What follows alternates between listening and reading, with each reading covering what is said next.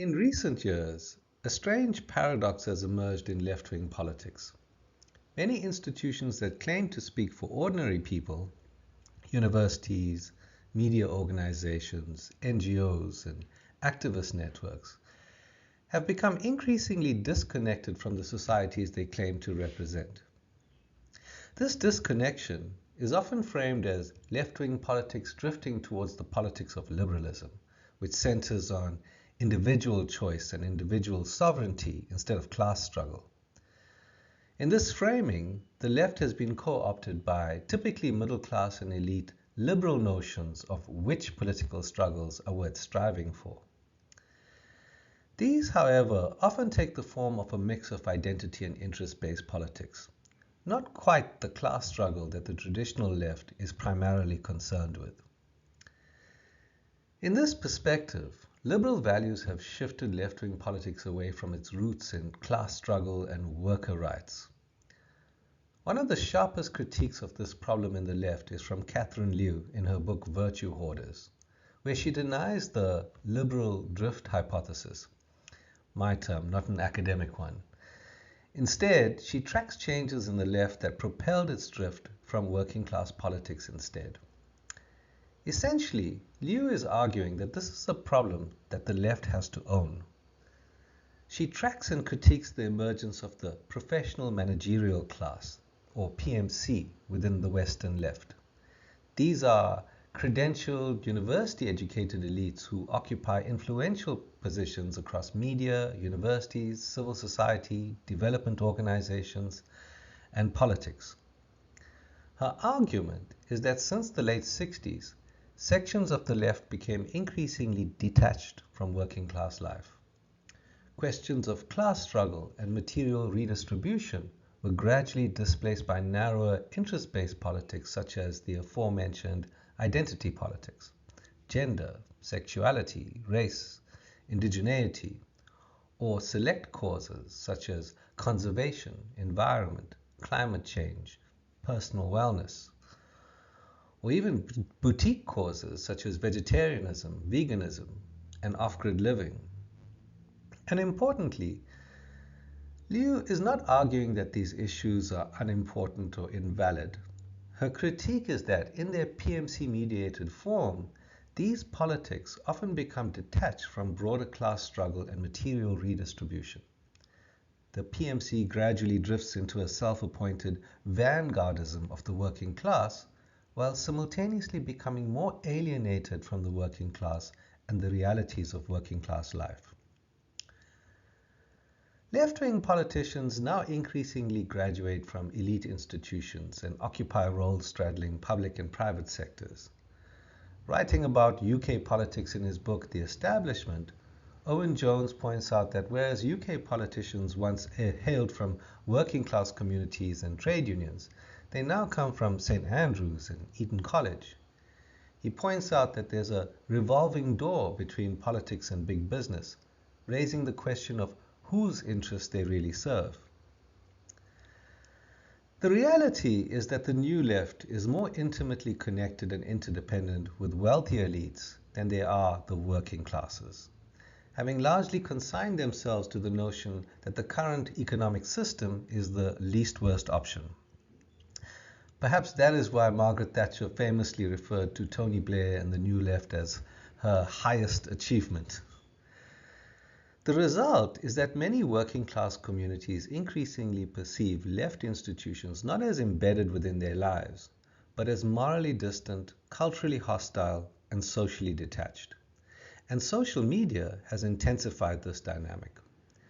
Public engagement increasingly becomes performance, cancelling, language policing, moral signaling, and ideological branding, but very often without the difficult work of actually building enduring civic relationships across difference. I think Liu's critique is important, but I want to extend it in a different direction than universalist class struggle. I think the problem runs deeper than that. I think the left is facing a crisis not only of class struggle, but a lack of meaningful engagement in civic life itself. Because I don't think the problem is only that the left abandoned universalist class politics. I think the left also retreated from the difficult process of earning legitimacy through embedded public engagement. In other words, the erosion of civic life itself matters. The spaces where people once debated, argued, organized, deliberated, and forged solidarity across difference have weakened. And without those spaces, political legitimacy becomes increasingly fragile. This is where the South African experience becomes relevant. Apartheid South Africa was not simply a racist system. It was a deeply managed and controlled public order.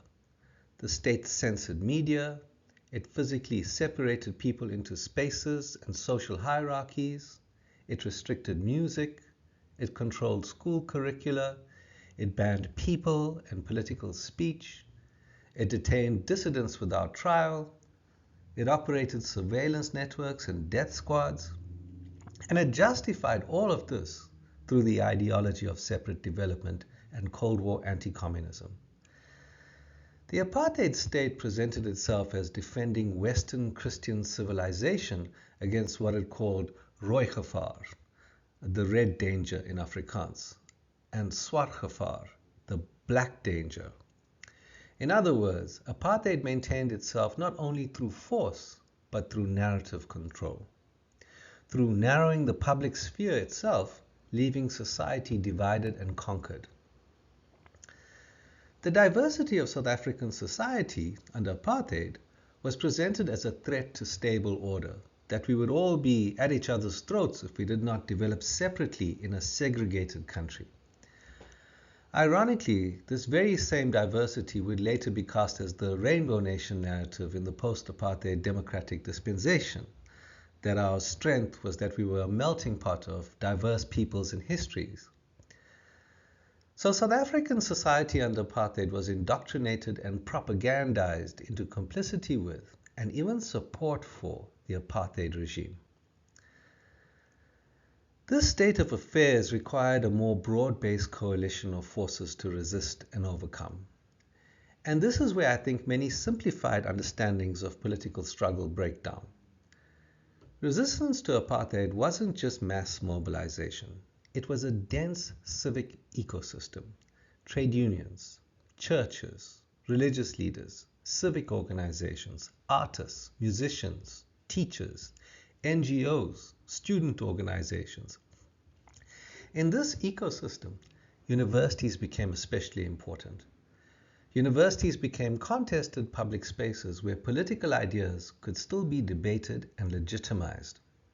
They connected activists, intellectuals, communities, and organizations to one another. They helped expose the dishonesty of apartheid ideology, often empirically. And crucially, they earned legitimacy not by speaking over society, but by being embedded within it. Even under conditions of repression, they became what I would call anchoring civic spaces where diverse perspectives could be debated. They played a key role alongside other institutions, such as the unions, in that role, in their own unique way, that is, enabling pluralism. And by engaging with that very same pluralism, left-wing activism in South Africa was able to convene a broad-based civic ecosystem that was critical in mobilizing domestic opposition to the apartheid project. That is, it was not just a matter of following through on the precepts of universalist class struggle. I think this raises a very uncomfortable question for the contemporary left. What happens when institutions lose their embeddedness within public life? What happens when politics becomes increasingly managerial, moralizing, online, and institutionally insulated? Because people eventually stop experiencing institutions as representative. They begin to experience them as external authorities acting upon them. And in that vacuum, authoritarian politics flourishes, not simply because people become irrational, but because civic legitimacy itself has weakened.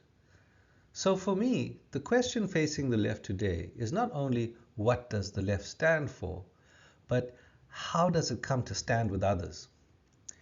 In interviews, Liu stresses that she understands the left as a space of contestation of ideas, and she voices her frustration with the loss of that ethic of engagement in the left. However, she doesn't develop it further, proposing rationalism, universalism, and class struggle as the way forward. In my interpretation of this challenge, however, I foreground the importance of civic engagement as a pathway towards resurrecting the relevance of left-wing thought and activism. The South African experience suggests that political legitimacy is not built solely through moral certainty or ideological correctness. It is built through participation, through contestation, through engagement across difference, through institutions that remain embedded within public life. Without that, the problem may not simply be one of persuasion. It may be a growing inability to speak with society rather than merely about it. The link to the full article is included in the description below. Like or subscribe if you want more people to get this on their feeds. Thank you.